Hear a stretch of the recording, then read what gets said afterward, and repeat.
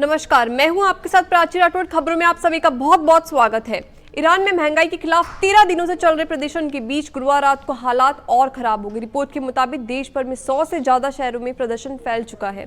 प्रदर्शनकारियों ने सड़कें ब्लॉक की, आग लगाई, लोगों ने खामेनेई की मौत और इस्लामिक रिपब्लिक का अंत हुआ जैसे नारे लगाए। कुछ जगहों पर प्रदर्शनकारी क्राउन प्रिंस राजा पहलवी के समर्थन में रहे। उन्होंने ये आखिरी लड़ाई है, शाह पहलवी लौटेंगे के नारे लगाए। अमेरिकी ह्यूमन राइट एजेंसी के मुताबिक प्रदर्शनों के दौरान हुई हिंसा में अब तक 45 लोग मारे गए हैं, जिनमें 8 बच्चे शामिल हैं। एक पुलिस अधिकारी की चाकू मारकर हत्या कर दी गई, जबकि 2270 से ज्यादा लोगों को हिरासत में लिया गया है। देश भर में इंटरनेट और फोन सेवाएं फिलहाल बंद कर दी गई है। तेहरान एयरपोर्ट को भी बंद कर दिया गया है और सेना को अलर्ट पर रखा गया है। अमेरिका ने बुधवार को जिस रूसी जहाज मैरिना को पकड़ा था, उस पर 3 भारतीय नागरिक भी सवार थे। रिपोर्ट के मुताबिक मैरिना जहाज पर कुल 28 लोग मौजूद थे। इनमें 17 यूक्रेनी, 6 जॉर्जियाई, 3 भारतीय और 2 रूसी नागरिक थे। अमेरिका का आरोप है कि यह जहाज वेनेजुएला से तेल ले जा रहा था और उसने अमेरिकी प्रतिबंधों का उल्लंघन किया। इस जहाज के पकड़े जाने के बाद रूसी सांसद ने कहा, राष्ट्रपति पुतिन को एटमी हथियारों से हमला करना चाहिए और अमेरिकी कोस्ट गार्ड के जहाजों को डुबा देना चाहिए। रूस ने इस कार्रवाई पर कड़ा विरोध जताया है। रूस के परिवहन मंत्रालय ने कहा कि अमेरिकी सैनिकों ने इस जहाज को खुले समुद्र में रोका, जहां किसी भी देश का अधिकार नहीं होता। यह अंतर्राष्ट्रीय समुद्री कानून का उल्लंघन है। खबर डेनमार्क से है। अमेरिकी राष्ट्रपति डोनाल्ड ट्रंप की ग्रीनलैंड पर कब्जे की धमकी के बीच डेनमार्क ने सख्त रुख अपनाया है। डेनमार्क का रक्षा मंत्रालय ने स्पष्ट किया है कि अगर कोई विदेशी ताकत डिनेश क्षेत्र पर हमला करती है तो सैनिक बिना कमांडर के आदेश का इंतजार किए बिना तुरंत जवाबी कार्रवाई करेंगे और गोली चलाएंगे। यह नियम 1952 का है, जो कोल्ड वॉर के समय का है और आज भी लागू है। यह निर्देश अप्रैल 1940 में नाजी जर्मनी के डेनमार्क पर हमले के बाद बनाया गया था, ताकि सैनिकों को तुरंत प्रतिक्रिया देने की आज़ादी मिले। ग्रीनलैंड में डेनमार्क की सैन्य इकाई जॉइंट आर्किटेक्ट कमांड ये तय करेगी कि कोई कार्रवाई हमला मानी जाएगी या नहीं। यह बयान ऐसे समय में आया है जब ट्रंप बार बार ग्रीनलैंड पर कंट्रोल की मांग कर रहे हैं, साथ ही जरूरत पड़ने पर सैनिकों को भेजने की धमकी दे रहे हैं। पश्चिम बंगाल में टीएमसी के आईटी सेल के चीफ के ठिकानों पर ईडी रेड के विरोध में टीएमसी दिल्ली से लेकर कोलकाता तक विरोध प्रदर्शन कर रही है। आज सुबह पार्टी के 8 सांसदों ने दिल्ली में गृह मंत्रालय के बाहर प्रदर्शन किया। डेरेक ओब्रायन, महुआ मोइत्रा, कीर्ति आजाद नारेबाजी करते नजर आए। सांसदों ने बंगाल मोदी शाह की गंदी चालें नहीं चलेंगी के नारे लगाए। दिल्ली पुलिस ने सांसदों को हटाने की कोशिश की। इस दौरान धक्का-मुक्की हुई, कुछ सांसद गिर भी गए।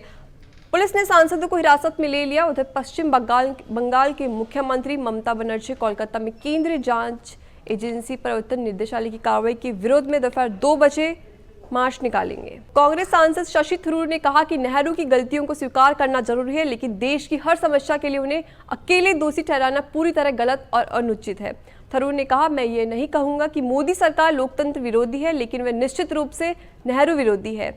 नेहरू को एक सुविधाजनक बलि का बकरा बना दिया गया है। उन्होंने कहा कि मैं भारत के पहले प्रधानमंत्री जवाहरलाल नेहरू के विचारों और दृष्टिकोण की गहरी प्रशंसा करता हूं, लेकिन नेहरू की हर मान्यता और नीति का बिना आलोचना समर्थन नहीं कर सकता।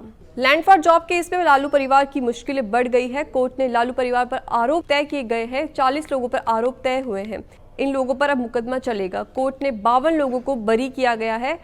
सुनवाई को लेकर आज शुक्रवार को लालू यादव की बड़ी बेटी मीसा भारती और बेटे तेज प्रताप दिल्ली की राउज एवेन्यू कोर्ट पहुंचे। यह मामला केंद्रीय अन्वेषण ब्यूरो द्वारा दर्ज किया गया है। सुनवाई के दौरान सीबीआई ने अदालत में सत्यापन रिपोर्ट पेश की, जिसमें बताया गया है कि चार्जशीट में नामजद 103 आरोपियों में से 5 की मौत हो चुकी है। केंद्रीय सड़क परिवहन और राजमार्ग मंत्री नितिन गडकरी ने कहा कि अब स्लीपर बसों का निर्माण केवल ऑटोमोबाइल कंपनियों या सरकार द्वारा मान्यता प्राप्त संस्थान ही कर सकेंगी। गुरुवार को उन्होंने कहा कि मौजूदा स्लीपर बसों को भी नए सुरक्षा मानकों के साथ अपडेट करना होगा। ये फैसला स्लीपर कोच बसों में लगातार बढ़ती आग की घटनाओं पर लगाम लगाने के लिए लिया गया है। गडकरी ने बताया कि पहले से चल रही स्लीपर कोच बसों में फायर डिटेक्शन सिस्टम, आपातकालीन निकास, इमरजेंसी लाइटिंग और ड्राइवर ड्रोजिनेस इंडिकेटर लगाना अनिवार्य होगा। उन्होंने कहा कि बीते 6 महीनों में स्लीपर कोच बसों से जुड़े आग लगने के 6 बड़े हादसे सामने आए हैं, जिनमें 145 लोगों की जान गई। असदुद्दीन ओवैसी ने जेल में बंद दिल्ली दंगों के आरोपी उमर खालिद और शर्जील इमाम को लेकर कांग्रेस पर हमला बोला है। उन्होंने गैर कानूनी गतिविधियां अधिनियम के कड़े प्रावधानों को मजबूत करने में कथित भूमिका के लिए कांग्रेस को जिम्मेदार ठहरा है। ओवैसी ने आरोप लगाया कि जब पी चिदंबरम केंद्रीय गृह मंत्री थे, तब कांग्रेस द्वारा किए गए संशोधनों के कारण उमर खालिद और शर्जील इमाम जैसे लोगों को लंबे समय से जेल में रहना पड़ रहा है। ओवैसी ने कहा, सुप्रीम कोर्ट ने 2 विचाराधीन आरोपियों को जमानत नहीं दी।